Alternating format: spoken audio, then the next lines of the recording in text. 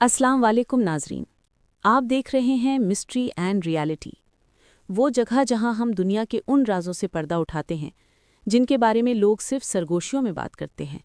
آج ہم بات کریں گے ایک ایسے انسان کی جس کی آواز نے دنیا کو جھنجھوڑ دیا، جس کے ڈانس نے زمین کو ہلا دیا، مگر جس کی موت آج تک سوال بنی ہوئی ہے۔ وہ شخص جسے دنیا کنگ آف پاپ کے نام سے جانتی ہے، مائیکل جیکسن۔ کیا واقعی وہ نیند کی دوا سے مر گیا یا کسی نے اسے ہمیشہ کے لیے خاموش کر دیا؟ آئیے جانتے ہیں اس پراسرار موت کی پوری حقیقت۔ مائیکل جوزف جیکسن 29 اگست 1958 کو گیری، انڈیانا، امریکہ کے ایک غریب مگر باصلاحیت گھرانے میں پیدا ہوا۔ بچپن سے ہی اس کے اندر موسیقی کی ایک ایسی آگ تھی جو کسی کو بھی حیران کر دیتی۔ اس کے والد جوزف جیکسن سخت مزاج تھے۔ وہ اپنے بچوں سے سختی سے ریہرسل کرواتے، حتیٰ کہ مار پیٹ بھی کرتے تاکہ ان کے اندر سے بہترین پرفارمر نکلے۔ مائیکل اپنے بھائیوں کے ساتھ جیکسن 5 نامی بینڈ میں شامل ہوا۔ اس کی نرم آواز اور جادوئی انداز نے ناظرین کو دیوانہ بنا دیا۔ صرف 10 سال کی عمر میں وہ شہرت کے آسمان کو چھونے لگا تھا، لیکن بچپن کی خوشیاں قربان ہو گئیں۔ اس نے خود کہا تھا کہ میں کبھی بچپن جی نہیں سکا کیونکہ بچپن میں ہی میں سٹار بن گیا تھا۔ 1970 سے لے کر 1990 کے درمیان مائیکل جیکسن نے وہ کامیابی حاصل کی جو کسی اور کے حصے میں نہیں آئی۔ تھرلر اس کا وہ البم تھا جو دنیا کا سب سے زیادہ بکا ہوا ریکارڈ بنا۔ صرف ایک البم سے اس نے موسیقی کی تاریخ بدل دی۔ اس کا ڈانس، مون واک، دنیا بھر کے نوجوانوں کا خواب بن گیا۔ مائیکل صرف ایک گلوکار نہیں بلکہ ایک ثقافتی انقلاب بن چکا تھا۔ مگر جتنی بلندی ملی اتنی ہی تنہائی بڑھتی گئی۔ مائیکل کہتا تھا کہ جب بھی میں اسٹیج سے اترتا ہوں میں پھر سے اکیلا ہو جاتا ہوں۔ 1993 میں مائیکل پر چائلڈ مولیسٹیشن کے الزامات لگے۔ میڈیا نے اس کی زندگی ازیرن بنا دی۔ ہر اخبار، ہر ٹی وی اس کے خلاف بولنے لگا۔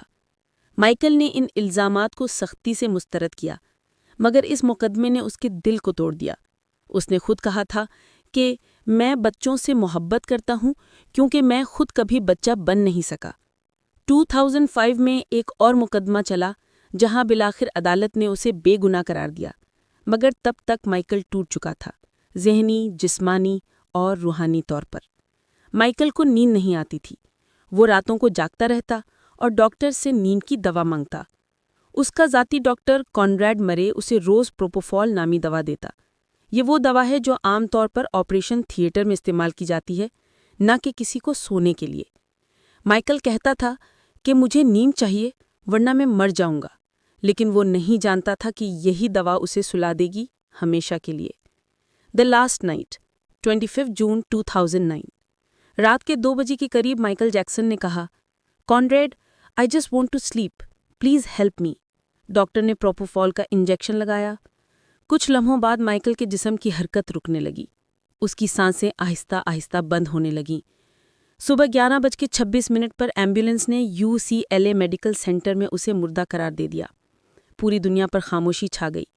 ریڈیو، ٹی وی اور سوشل میڈیا پر صرف ایک ہی خبر تھی، مائیکل جیکسن از ڈیڈ۔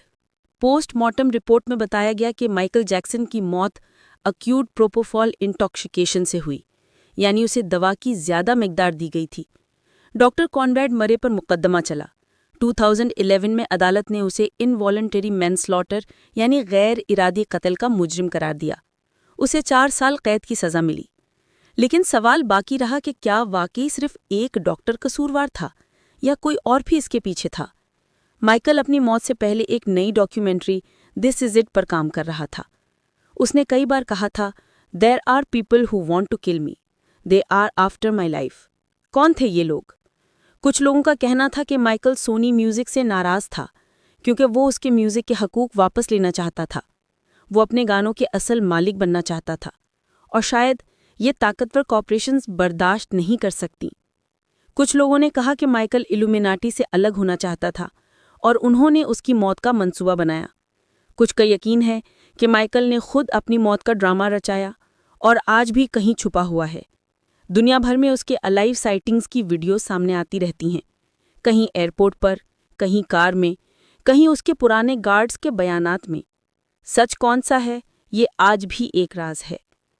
مائیکل جیکسن کا جنازہ دنیا کے سب سے بڑے لائیو ایونٹس میں سے ایک تھا۔ لاکھوں فینز نے رو رو کر الوداع کہا۔ اس کے دوست ایلٹن جان، بروک شیلڈز، سٹیوی ونڈر سب رو پڑے۔ اس کی بہن لٹویا جیکسن نے کہا کہ Michael was murdered, he didn't just die. یہ الفاظ آج بھی فینس کے دلوں میں گونجتے ہیں۔ مائیکل جیکسن کے گانے، اس کا میوزک، اس کا انداز آج بھی زندہ ہے۔ اس نے کہا تھا کہ heal the world, make it a better place. شاید وہ دنیا کو بہتر بنانا چاہتا تھا، مگر دنیا نے اسے سمجھا ہی نہیں۔ مائیکل چلا گیا، مگر اس کی کہانی، اس کی تنہائی، اس کا پیغام ہمیشہ زندہ رہے گا۔ ناظرین، آپ کے خیال میں مائیکل جیکسن کی موت ایک حادثہ تھی یا ایک منظم سازش؟ کیا ڈاکٹر مرے اکیلا ذمہ دار تھا یا اس کے پیچھے بڑے لوگ چھپے تھے؟ اپنی رائے کمنٹ میں ضرور دیں۔ اگر آپ کو یہ کہانی پسند آئی ہو تو ویڈیو کو لائک کریں، چینل مسٹری اینڈ ریالٹی کو سبسکرائب کریں اور بیل آئیکن دبائیں تاکہ اگلی حیران کن کہانی آپ تک سب سے پہلے پہنچے، کیونکہ یہاں ہر کہانی کے پیچھے چھپی ہوتی ہے ایک حقیقت۔